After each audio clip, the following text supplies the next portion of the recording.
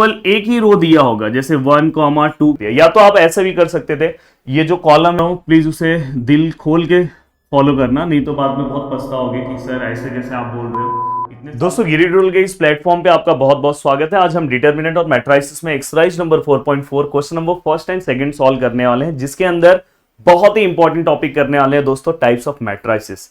अभी तक हमने डिटर्मिनेंट का पार्ट पूरा का पूरा कंप्लीट कर दिया, अब हमारा मैट्रिसेस का पार्ट स्टार्ट होगा। तो ये एक तरह से मैट्रिसेस का बेसिक लेक्चर है, जिसके अंदर मैं टाइप्स ऑफ मैट्रिसेस के बारे में बताने वाला हूं, जो आपको आगे जाके ग्रेजुएशन में बहुत ही हेल्प करेगा। और 12th में आपका एक स्पेशल लेसन है जिसका नाम है मैट्रिसेस, अलग से लेसन है, तो इसलिए मुझे ऐसा लगता है कि ये सब चीजें आपको पता होनी चाहिए।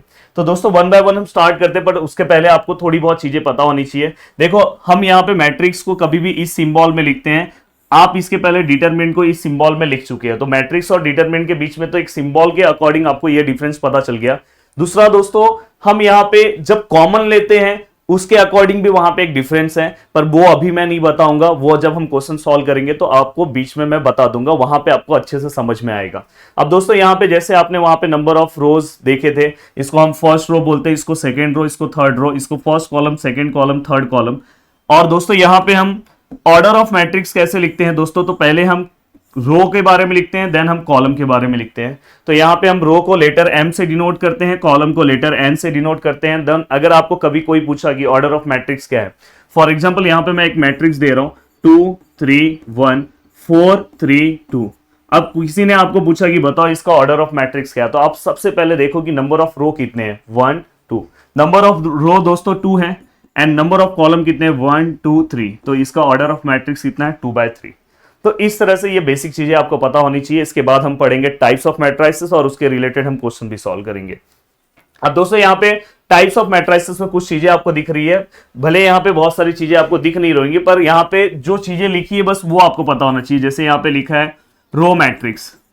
अब रो मैट्रिक्स मतलब क्या होगा दोस्तों, जब हमें केवल एक ही रो दिया होगा, जैसे 1, 2, 3, यहां पे बस एक ही रो है, तो इसको हम क्या बोलेंगे दोस्तों, रो मैट्रिक्स।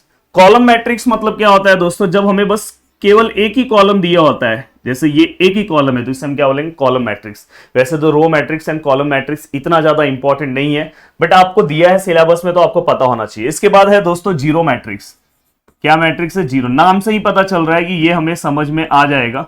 जीरो मैट्रिक्स मतलब कोई भी मैट्रिक्स दिया है, अगर उसके अंदर के जो एलिमेंट्स है, इसको हम एलिमेंट्स बोलते हैं, अगर वो जीरो है तो हम क्या, उसके अंदर सभी जो एलिमेंट्स है वो जीरो है, तो उसे हम बोलेंगे दोस्तों जीरो मैट्रिक्स। देन इसके बाद इंपॉर्टेंट मैट्रिक्स है दोस्तों स्क्वायर मैट्रिक्स। तो प्लीज आपके बुक पे अंडरलाइन कर लेना, स्क्वायर मैट्रिक्स एक इंपॉर्टेंट मैट्रिक्स है।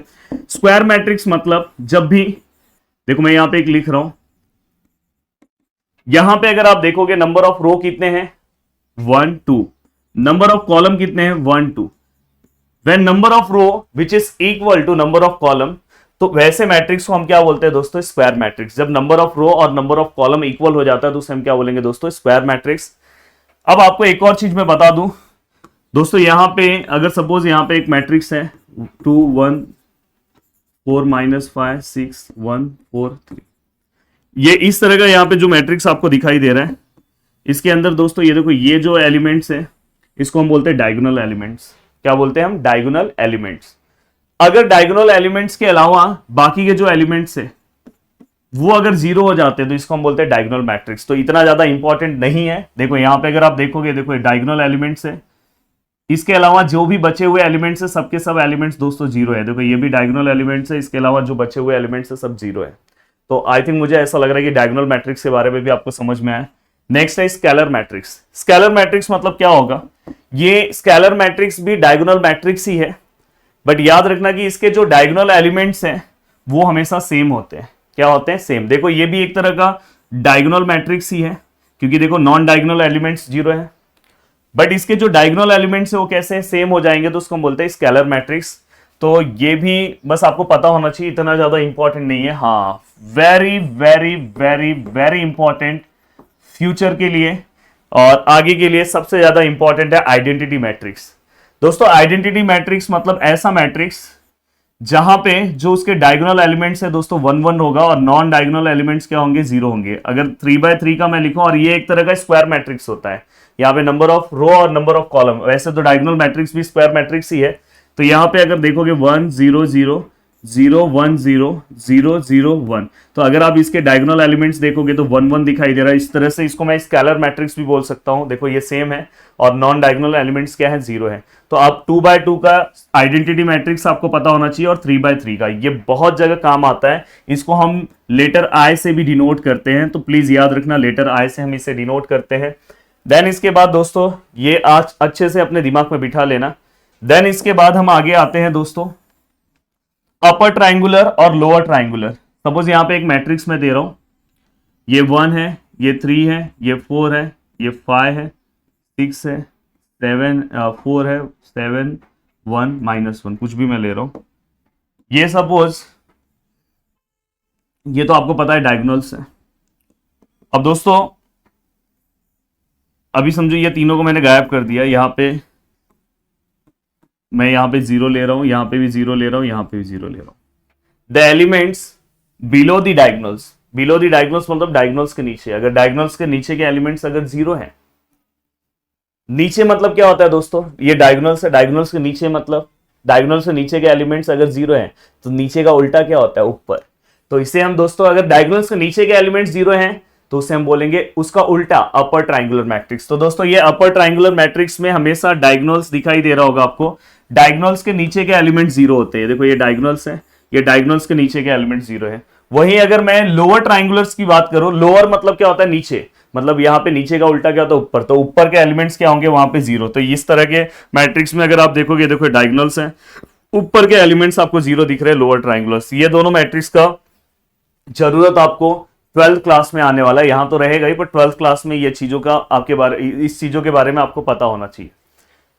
नेक्स्ट दोस्तों यहां पे जो चीजें दिखाई दे रही, सिमेट्रिक एंड असिमेट्रिक, यहां पे symmetric and skew symmetric matrix जो दिखाई दे रहा है दोस्तों, ये आपको इंजीनियरिंग में बहुत ज्यादा हेल्प करता है। देखो सिमेट्रिक मैट्रिक्स क्या होता है वो भी मैं आपको समझा दे रहा हूं। सपोज यहां पे एक एग्जांपल मैं ले रहा हूं, 1 3 4 5 7 9, यहां पे भी 7 ले रहा हूं। सपोज ये -4 है, यहां पे 3 और यहां पे -4। दोस्तों आप ध्यान से देखना, आपको पता है कि ये तो डायगोनल एलिमेंट्स है। और दोस्तों अगर आप ध्यान से देखोगे, बहुत अच्छे से देखोगे, ये और ये सेम है, इस साइड में जो है यहाँ पे भी सेम है, और यहाँ वाला भी सेम है। तो इससे ये पता चल रहा है कि छोटी क्लास में याद होगा टीचर हमें हाफ बटरफ्लाई बना के दे देती थी और आधा बटरफ्लाई हमें बनाना होता था। अगर आप इस डायगोनल के एलिमेंट्स के उस पर जो चीजें दिखाई दे रही, सेम उसी का मिरर इमेज आपको यहाँ पे दिखाई दे रहा है। -4 तो यहाँ पे -4, यहाँ 3 तो यहाँ 3, यहाँ 7 तो यहाँ 7। तो ऐसे मैट्रिक्स को हम बोलते हैं दोस्तों सिमेट्रिक मैट्रिक्स। वही अगर दोस्तों यहाँ पे ऐसा होता, देखो यहाँ पे एक और चीज मैं आपको सिखा दे रहा हूं। अगर सपोज यहाँ पे ऐसा होता,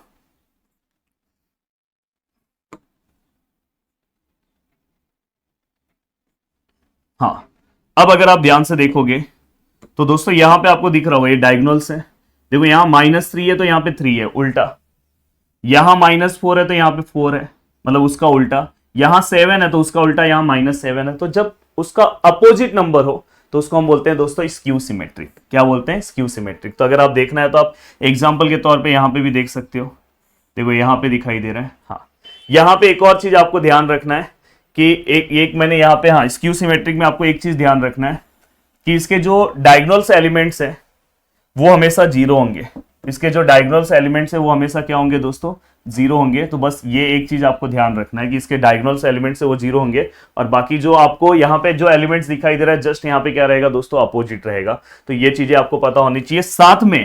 साथ में आपको एक और प्रॉपर्टी पता होना चाहिए कि जब भी हमारा मैट्रिक्स सिमेट्रिक हो तो ये कंडीशन आपको पता होना चाहिए। अभी आपको शायद इसके बारे में नहीं पता है, अभी थोड़ी देर में पता चलेगा, इसलिए मैं अभी बता दे रहा हूं। इसको हम बोलते हैं ट्रांसपोज। अभी थोड़ी देर में मैं आपको बताऊंगा कि ट्रांसपोज क्या होता है। तो बस आपको याद रखना है कि जब भी हमारा मैट्रिक्स सिमेट्री है तो हम A = हम क्या कर सकते हैं, A का ट्रांसपोज लिख सकते हैं। ट्रांसपोज क्या होता है थोड़ी देर में बता रहा हूं, लास्ट वाला जो है ट्रांसपोज ही है। और जब दोस्तों हमारा जो मैट्रिक्स है वो स्क्यू सिमेट्रिक है तो मैं A = माइनस ऑफ ट्रांसपोज लिखूंगा। क्या लिखूंगा, A = माइनस ऑफ ट्रांसपोज। तो ये सम सॉल्व करने के लिए हेल्प करेगा। कहीं पे अगर स्क्यू सिमेट्रिक दिया है तो आप ये कंडीशन लेके सम सॉल्व करोगे, कहीं पे अगर सिमेट्रिक दिया है तो आप ये कंडीशन लेके सम सॉल्व करोगे। तो आपको बस पता होना चाहिए। नेक्स्ट है दोस्तों determinant of matrix. Determinant of matrix, suppose हमें कोई भी एक ऐसा मैट्रिक्स दिया है 1 2 3 4। अब मुझे अगर उसका डिटरमिनेंट निकालना है तो मैं डिटरमिनेंट के सिंबल में उसको लेके जाऊंगा और ये वाले पार्ट को भी डिटरमिनेंट के सिंबल में लेके जाऊंगा, और नॉर्मली जैसे मैं डिटरमिनेंट सॉल्व करता हूं वैसे मैं इसको सॉल्व कर दूंगा। तो ये बहुत बड़ा टास्क नहीं है। देखो दोस्तों, यहाँ पे जो मैं आपको बोल रहा था पीछे की ट्रांसपोज मतलब क्या होता है, बहुत सिंपल है। ट्रांसपोज का मतलब जैसे अगर समझो यहाँ पे कोई मैट्रिक्स दिया है हमें 2, 3, 4, 5, 1, 6। अगर सपोज मुझे इसका ट्रांसपोज लिखना है तो ट्रांसपोज करना इसका बहुत ईजी है। जो रो है उसको आप कॉलम में लिख दो। रो मतलब देखो ये रो है, इसको आप कॉलम में लिख रहे हो तो कॉलम फॉर्म में लिख रहे हो। ये देखो मैंने लिख दिया।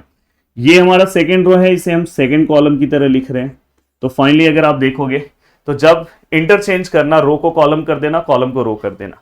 तो इस तरह से देखो ये रो है, इसको हमने कॉलम कर दिया। या तो आप ऐसे भी कर सकते थे, ये जो कॉलम है उसको रो बना दो, इस कॉलम को रो बना दो, इस कॉलम को रो बना दो, तो भी आपको ट्रांसपोज मिल जाएगा। तो ट्रांसपोज के ऊपर तो बहुत सारे क्वेश्चंस हैं। आगे जाके इंजीनियरिंग में ट्रांसपोज को हम दो तरह से डिनोट करते हैं। एक ए डैश से भी हम डिनोट करते हैं, यहाँ पे कहीं दिया होगा, देखो यहाँ पे।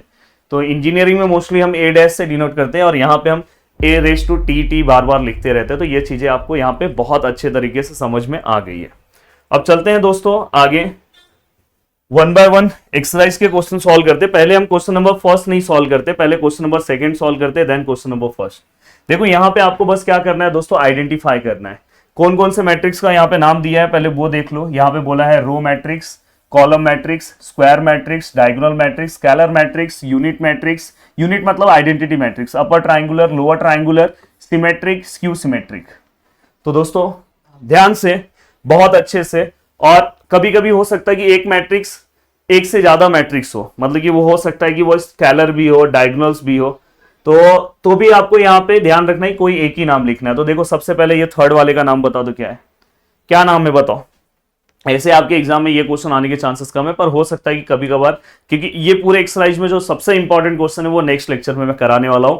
सिंगुलर और नॉन सिंगुलर के ऊपर के वाले जो क्वेश्चन है वही क्वेश्चन आपके एग्जाम में आने वाले हैं, और सिमेट्रिक और स्क्यू सिमेट्रिक के क्वेश्चन है वो आने वाले हैं। बट ये बेसिक आइडिया होना चाहिए। तो इसको हम क्या बोलेंगे दोस्तों, कॉलम मैट्रिक्स। क्या बात है। तो इसके नीचे आपको कॉलम मैट्रिक्स लिखना है। ये कौन सा मैट्रिक्स है, जस्ट वीडियो को फिर से चाहिए तो पीछे देखो। यस, क्या बात है, रो मैट्रिक्स। क्लैप करो दोस्तों। अगर आप देखोगे इस मैट्रिक्स को तो देखो ये डायगोनल्स है।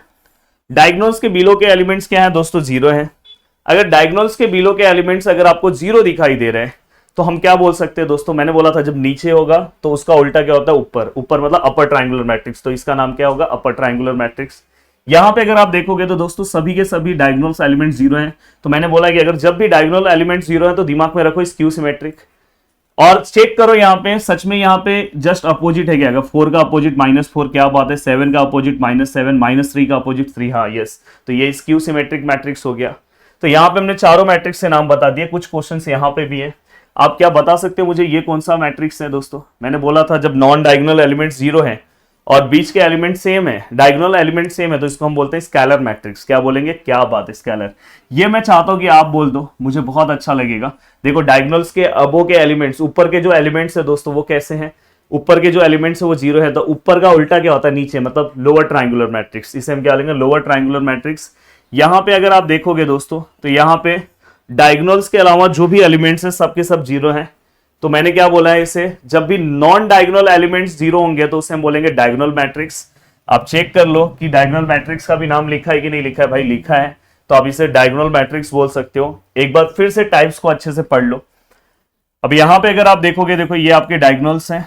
यहां पे देखो ये -15 same, 17 27 same, root under root of 34 under root of same. क्या आएगा बोलो, क्या बात है, सिमेट्रिक मैट्रिक्स। क्लैप करो। और दोस्तों यहां पे नेक्स्ट है, देखो यहां पे अगर आप देखना चाहोगे तो देखो ये, उसके बाद अगर आप देखोगे, देखो ये दोनों सेम, ये दोनों सेम और ये दोनों सेम। तो ये बहुत अच्छा क्वेश्चन है, 10th वाला, कंफ्यूजन बहुत ज्यादा क्रिएट करेगा। तो इसको हम बोलेंगे स्क्यू सिमेट्रिक, इसे हम बोलेंगे सिमेट्रिक मैट्रिक्स। अब दोस्तों ये देखो, मैंने ये तो आपको लिख के भी दिया था कि अगर ये तीनों 1 1 हो जाए और नॉन डायगोनल एलिमेंट जीरो हो जाए तो हम इसे क्या बोलेंगे दोस्तों, ये तरह का, एक तरह का अगर देखें तो स्केलर मैट्रिक्स भी है, बट इसे हम क्या बोलेंगे, आइडेंटिटी मैट्रिक्स या तो यूनिट मैट्रिक्स, क्योंकि हमारे क्वेश्चन में यूनिट मैट्रिक्स दिया है। तो ओवरऑल मुझे ये क्वेश्चन कराना था। मैं चाहता तो डायरेक्ट कराता, पर डायरेक्ट कराने में मजा नहीं आता। तो इसलिए एक बहुत ही प्यारा कमेंट नीचे होना चाहिए। पहले मैंने आपको पूरे टाइप्स एक्सप्लेन किए, देन उसके बाद ये क्वेश्चन कराया तो जरूर आपको मजा आया होगा। अब चलते हैं थोड़ा सा क्वेश्चन नंबर फर्स्ट। फालतू क्वेश्चन है, इस तरह के क्वेश्चन पूछे नहीं जाते, बट दिया है तो सॉल्व करेंगे, थोड़ा बहुत नॉलेज तो मिलेगा ही। तो ये क्वेश्चन भी हम सॉल्व करते हैं। इसमें आई थिंक 3 क्वेश्चन थे, तो मैंने यहाँ पे एक ही लिया है। एक क्वेश्चन भी सॉल्व कर लोगे तो आपका काम हो जाएगा। देखो यहाँ पे सबसे पहले आपको यहाँ पे कंस्ट्रक्ट द मैट्रिक्स, कौन सा मैट्रिक्स आपको कंस्ट्रक्ट करना है दोस्तों? देखो ए, कौन सा मैट्रिक्स कंस्ट्रक्ट करना है दोस्तों? 3/2 का। 3/2 मतलब उसके अंदर कितने रो होने चाहिए? 3, और कॉलम कितना होना चाहिए दोस्तों? 2। तो देखो 3 रो होने चाहिए और कॉलम कितना होना चाहिए? 2। तो देखो यहाँ पे ये 2 कॉलम है, देखो अभी मैच हो गया कि नहीं? देखो ये देखो 3 row, first row, second row, third row, first column, second column. तो इससे मुझे पता चला कि कितनी चीजें मुझे ड्रॉ करनी है। अब दोस्तों यहाँ पे हमेशा याद रखना कि यहाँ पे नंबरिंग कैसे देते हैं। देखो ये 11 11 11 12, ये 21 22, ये 31 32। आप बोलोगे ऐसा कैसा नंबर दे रहे हो आप? दोस्तों ये देखो, ये फर्स्ट रो में है, फर्स्ट कॉलम में, इसलिए 1 1 नंबर आया। ये कौन से रो में है दोस्तों? फर्स्ट रो में है, सेकंड कॉलम में, इसलिए 1 2 आया। ये दोस्तों सेकंड रो में है और फर्स्ट कॉलम में, इसलिए आया सेकंड रो मतलब 2। पहले हम रो लिखेंगे फिर कॉलम लिखेंगे। ये दोस्तों देखो क्या है, आप डायरेक्ट देख के बता सकते हो। देखो 3 2 मतलब कौन सा रो? कौन सा रो बताओ? Third row. कौन सा कॉलम? Second column. तो ये देख के आपको बता सकते हो। अब देखो यहाँ पे कुछ दिया हुआ है दोस्तों, यहाँ पे फॉर्मूला हमें दिया है A I J which is equal to I minus J का स्क्वायर पाई माइनस आई। ये हमें दिया है, तो हमें हर एक फॉर्मूले में ये वैल्यू पुट अप करना है और सम सॉल्व करना है। सपोज मैं पहला ये पुट कर रहा हूँ 1 1, तो मुझे बताओ यहाँ पे आई का वैल्यू, आई मतलब यहाँ पे रो और जे मतलब यहाँ पे कॉलम। तो यहाँ पे आई की जगह पे 1 आएगा और जे की जगह पे भी 1 आएगा और यहाँ पे 5 माइनस आई है, आई की जगह पे 1 आएगा। तो फाइनली अगर मैं सॉल्व करूँ तो 1 माइनस 1 0 का स्क्वायर और यहाँ पे 4, तो यहाँ पे फाइनली 0 आएगा। तो पहला आंसर हमें 0 मिल गया। सेम आपको यहाँ पे क्या करना है, A11 हो गया, A12 निकालो। A12 निकालते टाइम दोस्तों यहाँ पे क्या आएगा? आई कितना है दोस्तों हमारा? आई कितना है मेरा? 1। जे कितना है दोस्तों मेरा? 2 का स्क्वायर। यहाँ पे क्या आएगा दोस्तों? 5 माइनस आई कितना है दोस्तों? 1। तो यहाँ पे क्या हो जाएगा दोस्तों? 1 माइनस 2 माइनस 1 का स्क्वायर और यहाँ पे क्या आएगा दोस्तों? 4। तो यहाँ पे 1/4। तो सेकेंड क्वेश्चन भी हमें मिल गया। अब यहाँ पे हम A2 पे आ रहे हैं, A21 पे आ रहे हैं दोस्तों। तो देखो हमारा फॉर्मूला क्या है दोस्तों? आई का वैल्यू कितना है? 2 माइनस जे कितना है दोस्तों? 1 और यहाँ पे क्या है दोस्तों? 5 माइनस क्या है दोस्तों? आई मतलब 2 और यहाँ पे क्या था? स्क्वायर। तो फाइनली हम क्या करेंगे? 1 का स्क्वायर लिखेंगे। यहाँ पे क्या? 3। तो फाइनली यहाँ पे क्या है? 1/3। कलर चेंज कर ले रहे हैं फिर से। A22 देखो सभी वैल्यूज को फाइंड आउट करना है और इस तरह के क्वेश्चंस पूछे नहीं जाते, फिर भी मैं करा रहा हूँ, बस पता होना चाहिए। और जो चीज़ें मैं बता रहा हूँ प्लीज़ उसे दिल खोल के फॉलो करना, नहीं तो बाद में बहुत पछताओगे कि सर ऐसे कैसे आप बोल रहे हो। इतने सालों से पढ़ा रहा हूँ इसलिए बोल रहा हूँ। हाँ, अगर आपके टीचर्स ने इस तरह के क्वेश्चन सॉल्व कराया तो आपको करना चाहिए, क्योंकि देखो बोर्ड का पेपर तो आता नहीं है 11th में, तो जो हमारे टीचर्स कराते हैं वो उस तरह के क्वेश्चन आ सकते हैं, तो आपको करना चाहिए। फिर देखो यहाँ पे A31 है, तो देखो 3 माइनस 1 का स्क्वायर और 5 माइनस 3। तो फाइनली 3 माइनस 1 मतलब 2 का स्क्वायर, 5 माइनस 3 मतलब 2 मतलब 4/2 मतलब 2। और यहाँ पे A32, तो यहाँ पे क्या आएगा? 3 माइनस 2 का स्क्वायर, 5 माइनस 3 तो 1 का स्क्वायर 1 और यहाँ पे क्या? 2। तो फाइनली 1/2। ओवरऑल हमने सभी चीज़ों को लिख दिया। अब लिखने के बाद दोस्तों देखो यहाँ पे A इक्वल टू जो भी यहाँ पे वैल्यूज हैं, जो जो आपके वैल्यूज आए हैं, देखो A1, ये देखो 11 12 का वैल्यू क्या आया दोस्तों? 0 और 1/4। 21 22 का क्या आया दोस्तों? 1/3 और 0 और ये क्या है दोस्तों? 2 और 1/2। तो इस तरह आपके सभी आंसर्स आ चुके हैं। तो इसी तरह से आपको 2 क्वेश्चंस और इसमें दिया था, अगर आपको सॉल्व करना है तो आप सॉल्व कर सकते हो। तो देखो बस 2 क्वेश्चन सॉल्व करने के लिए मुझे 19 मिनट्स गए। रीजन ये है कि मैंने इसके अंदर जो मेरा मेन मोटो था टाइप्स ऑफ मैट्रिसेस पढ़ाना, वो मैंने बहुत अच्छे तरीके से पढ़ाया है। अब इसके बाद वाले लेक्चर्स में देखना धड़ाधड़ सभी चीजें सॉल्व हो जाएगी और आपको बहुत मजा आएगा। चलो मिलते हैं नेक्स्ट लेक्चर में। बाय बाय, टेक केयर, जय हिंद दोस्तों।